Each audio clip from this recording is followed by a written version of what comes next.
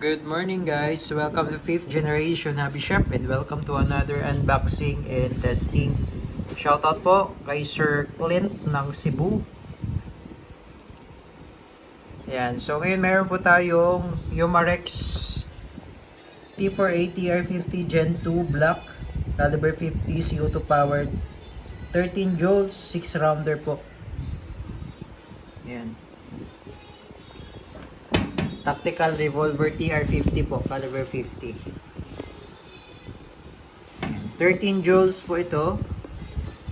Ito yung quick pursing, markings, trigger safety, pressure indicator pin, tapos naka fiber optic sight na rin po. Front and rear. Pwede mo siyang lagyan ng red dot optic. Nakakabit na po pala sir yung flashlight. At nasisiro po yung laser niya. Ito po yung adjuster. Windage and elevation po. Nasisiro po siya. Tapos rechargeable po siya. Yan. Ito type C po. Yan. Ito yung on sa laser. Yan. Sa laser. Tapos flashlight. Sa kabila naman yung flashlight. Ayan, TR50 Tactical Revolver. Ayan. Yung flashlight po, sold separately po yan. Ayan.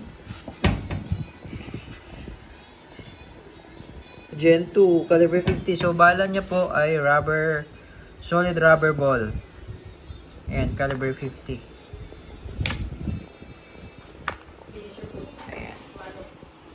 O pwede mo siya lagyan sir ng red dot optic.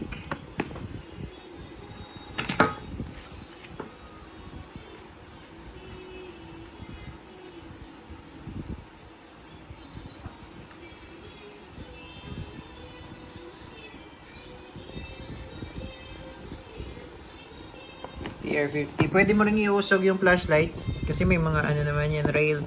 Pwede mo iusog. Okay, so testing po. TR50 Tactical Revolver 13 joules rubber ball.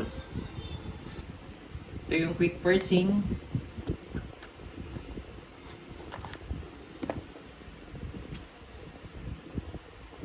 Lagyan lang po natin ng silicone oil. Ito yung CO2. Lagyan rin po natin ng silicone oil sa tip. Yung dulo po, lagyan po natin ng oil.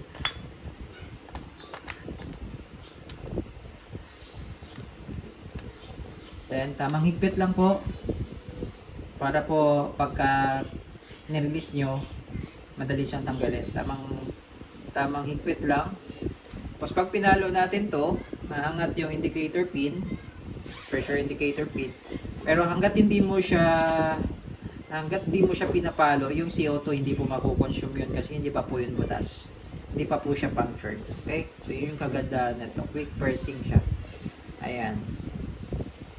Tapos ito naman po yung sa magazine. Yan yung lock. Ayan. Okay po tayo ng rubber ball. Okay, sa kabila po tayo maglalagay. Ito po yung gear. Sa kabila po tayo maglalagay. Sa likod po.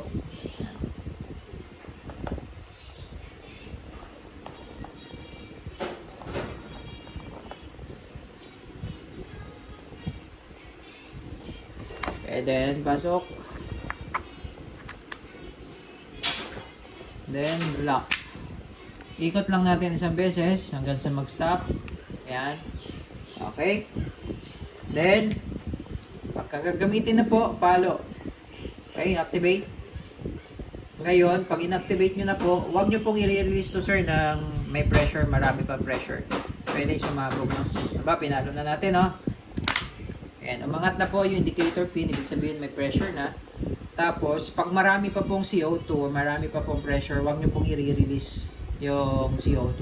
Pwede sumabog doon. Paputokin nyo lang, paputokin doon sa mina. Kasi dalawang mag po, mahina na po ito. Okay, so testing. Testing po, TR50. Tapos naka-install na yung flashlight, sir. Ayan. Laser. Sa kabila. So, naka-zero na. Hindi pa siya naka-zero, sir, yung laser. Hindi siya naka-zero. So, si-zero nyo na lang po. Okay? Gamitin natin yung flashlight. And firing.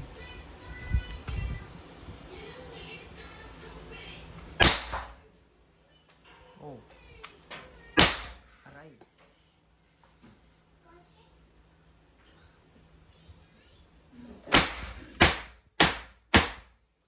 Okay.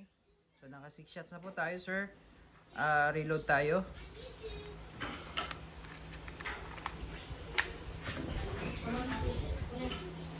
Okay, another 6 rounds. Yung trigger niya, sir, medyo matigas po. Sagad nyo lang sa dulo, sir. On natin flashlight.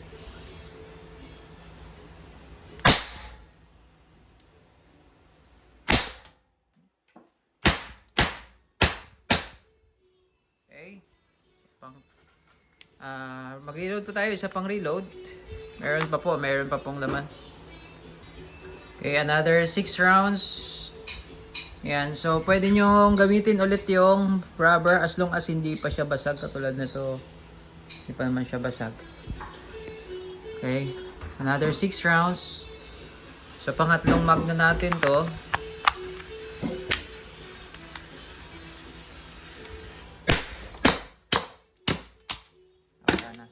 Okay, so wala na siya. So hanggang dalawang mag. Tapos tatlo siguro, dalawa, so that's 14 shots. 14 shots, malakas pa siya. Okay, pangatlong mag hindi niya na kaya, no? Dalawang mag lang. Yan, so mahina na siya, no? That's the time na pwede na nating i-release. Twist nyo lang po counterclockwise. Tapos lulubog siya. Yan. Okay?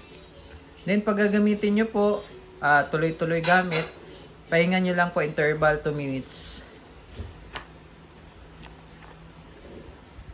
Okay.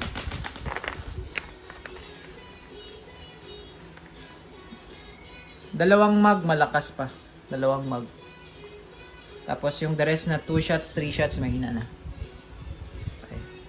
Yan. Laser. Okay.